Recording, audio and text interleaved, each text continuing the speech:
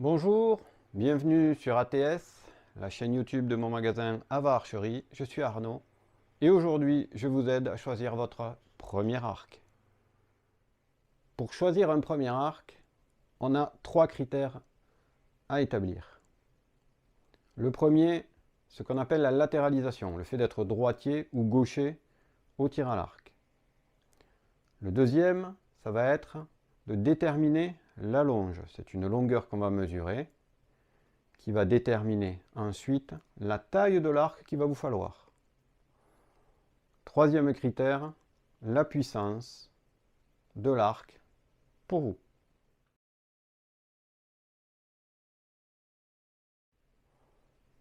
Alors on commence avec la latéralisation, le fait d'être droitier ou gaucher au tir à l'arc. Ça se détermine avec ce que l'on appelle l'œil directeur. L'œil directeur, c'est un de vos deux yeux qui va dire à l'autre ce qu'il doit faire. Ça veut dire que c'est un œil, on va dire, qu'on pourrait appeler dominant, directeur. Ça veut dire qu'il va travailler pour faire le focus sur un objectif et l'autre œil va se caler par rapport à cet œil directeur pour qu'il soit synchrone. Voilà. Donc, on va déterminer avec un test simple le fait d'être droitier ou gaucher au tir à l'arc. Donc, on va faire un test pour déterminer si on est droitier ou gaucher au tir à l'arc. Ce test, il est très simple. On va former avec la main, avec les mains, un triangle, comme ceci, et on va viser quelque chose qu'on a en face de soi. On va se positionner les deux bras bien tendus. On ne va pas chercher à placer un œil ou un autre. On va se placer et laisser faire les choses instinctivement. Et on va fixer l'objet qu'on vise. Du moment qu'on est dans cette position, on va fermer l'œil gauche. Je ferme l'œil gauche et je vais déterminer si mon image a beaucoup bougé. Elle aura toujours un peu bougé, mais si elle a beaucoup bougé dans le triangle, ce que je vise, est-ce que ça a beaucoup bougé ou pas? Je réouvre l'œil gauche, je ferme l'œil droit. Est-ce que l'image a beaucoup bougé par rapport à la première image que j'ai eue avec mon œil droit ouvert? Quand je positionne mes mains ainsi et que mon œil droit est ouvert et mon œil gauche est fermé et que l'image dans le triangle n'a pas vraiment bougé. Par contre, si lorsque j'ai fermé l'œil droit et que mon œil gauche est ouvert, l'image a disparu, c'est que votre cerveau, tout seul comme un grand, a fait la mise au point en utilisant son œil droit comme œil directeur. C'est évidemment l'inverse pour les gauchers. On vise, on ferme l'œil droit. Quand on est gaucher, l'image ne bouge pas, on ferme l'œil gauche, elle disparaît complètement. Nouvel angle, nouveau point de vue. On regarde droit devant soi et on place le triangle. On ne cherche pas à viser avec un œil ou avec l'autre. On tend ses bras et on regarde avec les deux yeux la cible. Je ferme mon œil gauche. Ma cible peut peut-être très légèrement se déplacer comme ça ou comme ça. C'est pas flagrant. Ok. Je réouvre mon œil gauche et je ferme mon œil droit. Là par contre, je me retrouve réellement bien décalé de cette façon, sur la droite. Là c'est clair, votre œil droit est le directeur.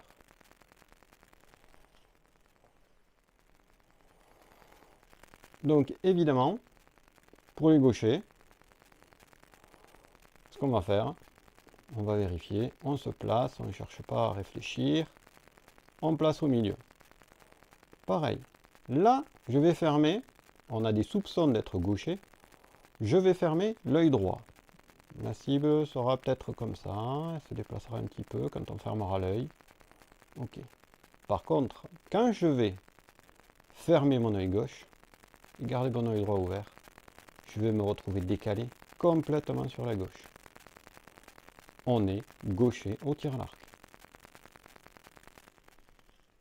Normalement, grâce à ce test, on a réussi à déterminer si on était droitier ou gaucher pour le tir à l'arc.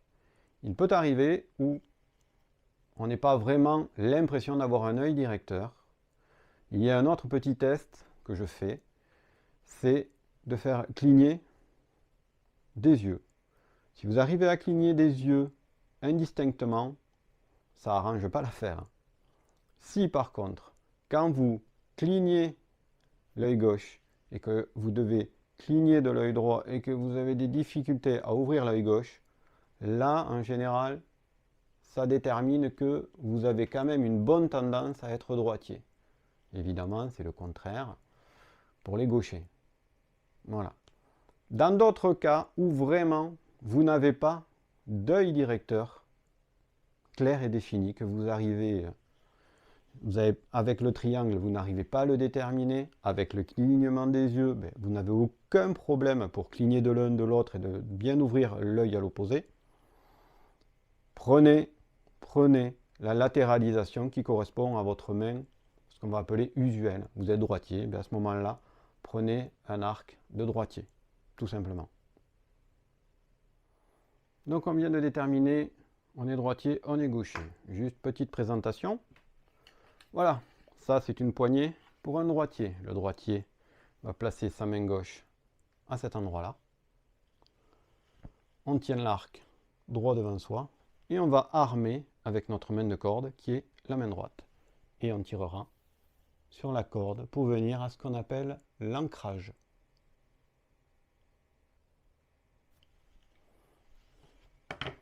Là, évidemment,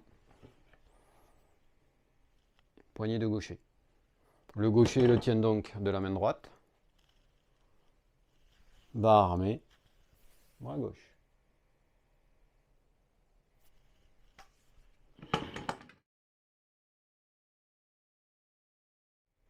Deuxième critère, la taille de l'arc. La taille de l'arc se détermine en fonction de ce qu'on va appeler la longe. La longe, c'est une distance que l'on mesure de ce point-ci à ce point-ci.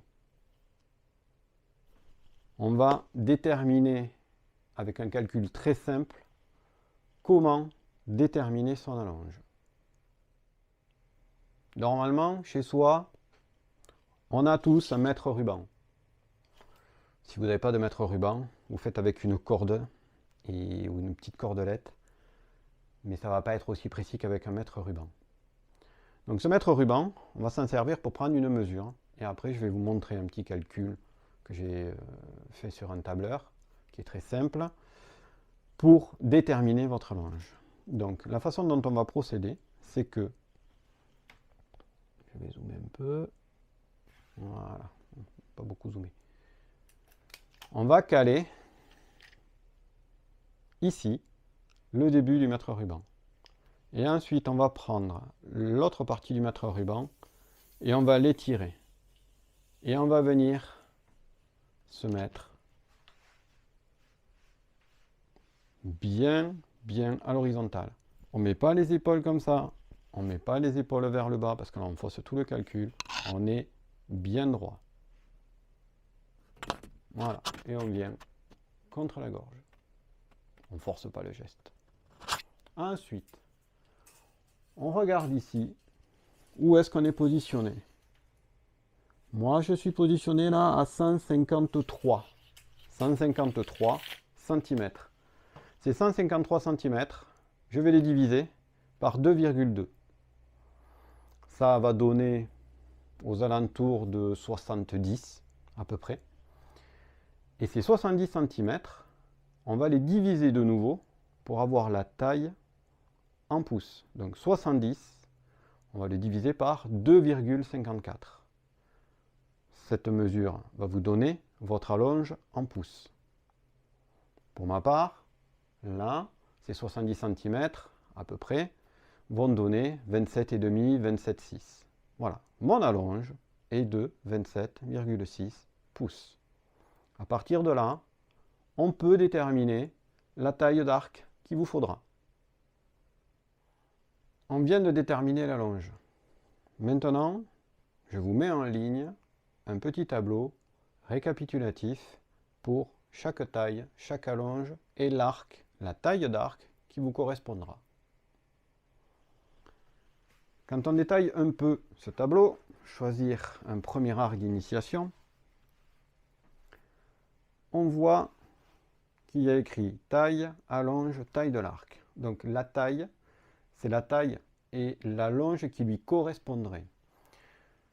C'est pour ça que quand on fait le choix d'un arc, de la taille d'un arc, c'est assez compliqué de faire un choix si on n'a pas l'allonge. Parce qu'on peut avoir des personnes qui sont très grandes, mais qui ont des segments, c'est-à-dire des bras courts. Donc ça va fausser quelque part un petit peu l'allonge. C'est pour ça que le mieux, c'est vraiment de déterminer l'allonge. C'est sûr que si on veut faire un cadeau, c'est difficile de mesurer une allonge sans se faire un petit peu repérer. Donc le côté surprise risque de passer un petit peu à la trappe.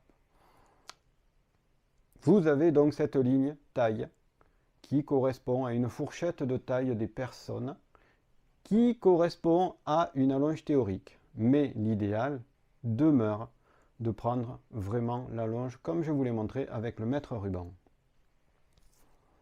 En reprenant mon exemple où j'ai une allonge de 27,5, 27,6, on voit que je suis dans la fourchette de taille 1,65, 1,80.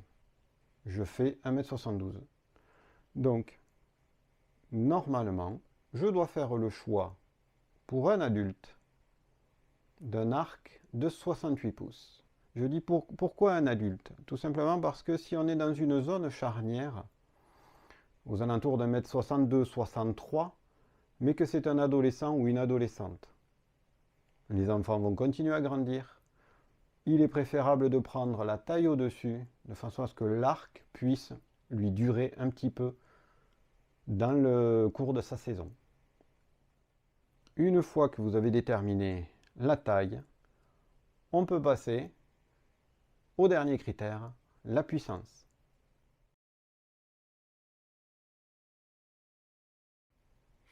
Donc la puissance. La puissance des branches, c'est pas sur la corde que ça se fait, comme je l'ai entendu souvent. C'est sur l'épaisseur en fait de votre branche. Plus elle est épaisse, plus elle est résistante, donc plus elle est puissante. Voilà. Votre arc, il a plusieurs indications sur ces branches, et notamment la branche du bas, sur lesquelles sont inscrites la taille et la puissance. Je vous le montre. Taille et puissance. Donc vous avez la taille ici, la puissance au-dessus. Là, vous avez une autre taille avec une autre puissance, parce que ces mêmes branches peuvent aller sur deux poignées différentes. Donc ça, vous en occupez pas pour l'instant. On choisit d'abord la taille et ensuite la puissance. Je vais vous donner quelques indications. Sur le deuxième tableau que je vous mets, qui est le premier mais complété, vous voyez puissance conseillée. Vous voyez que pour les enfants, c'est-à-dire de 1,15 m à 1,35 m, je mets des choses très très souples. Les enfants n'ont pas besoin de puissance, mais même en général, un archer, quand il débute, il n'a pas besoin de puissance.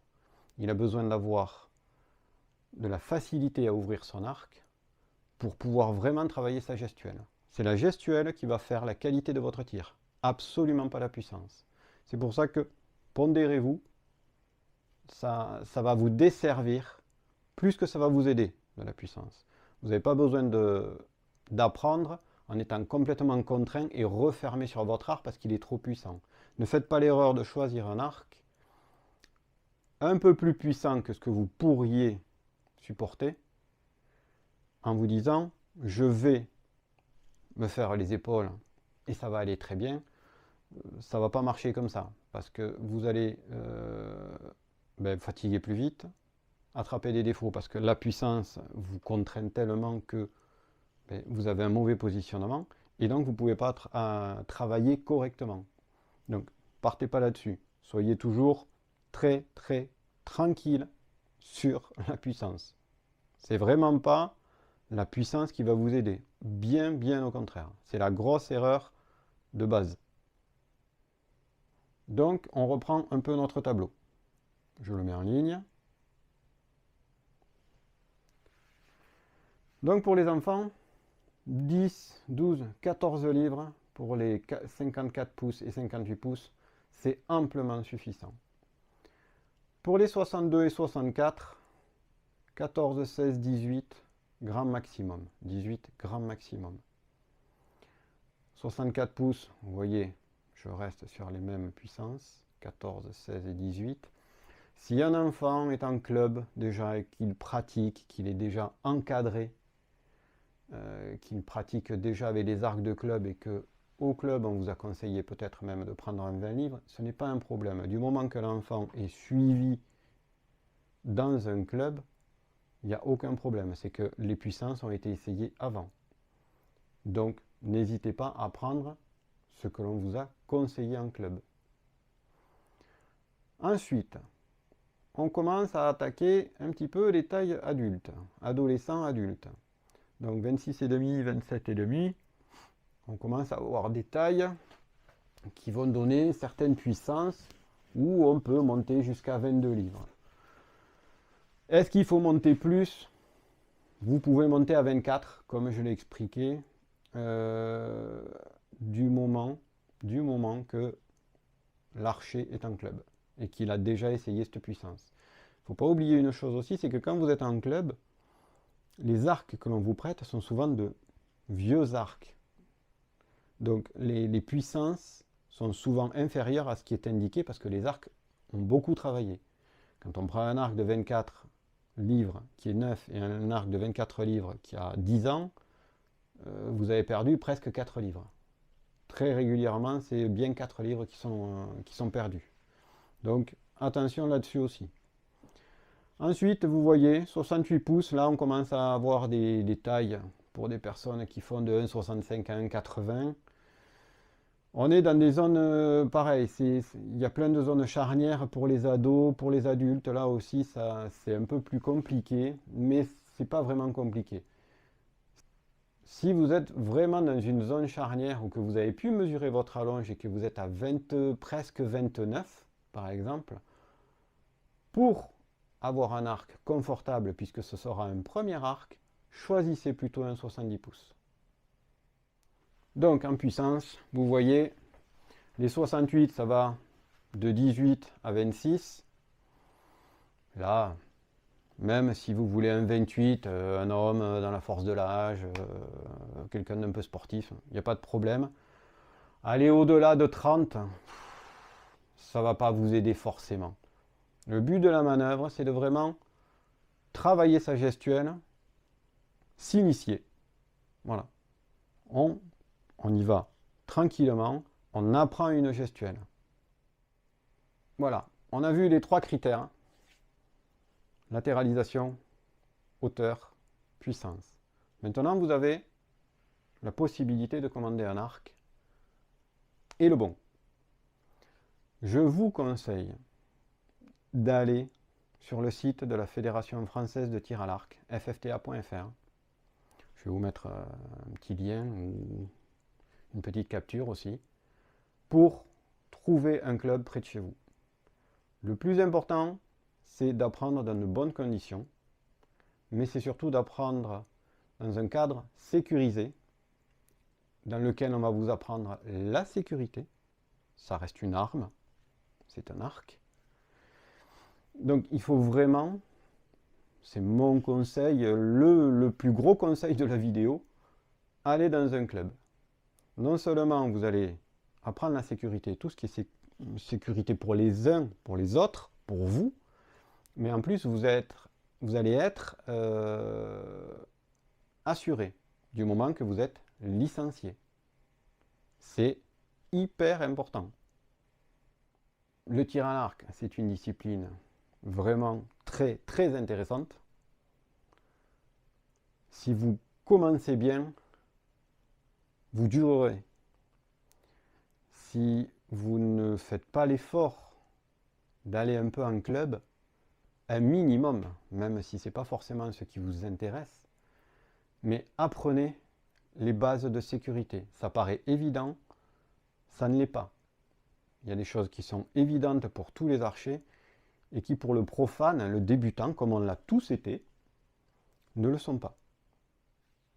J'espère que cette vidéo vous a été utile. N'hésitez pas, abonnez-vous, le petit pouce en l'air. Et puis je vous dis à bientôt pour un prochain tuto qui sera: j'ai reçu mon nouvel arc d'initiation, j'apprends à le monter, j'apprends les rudiments. À très bientôt.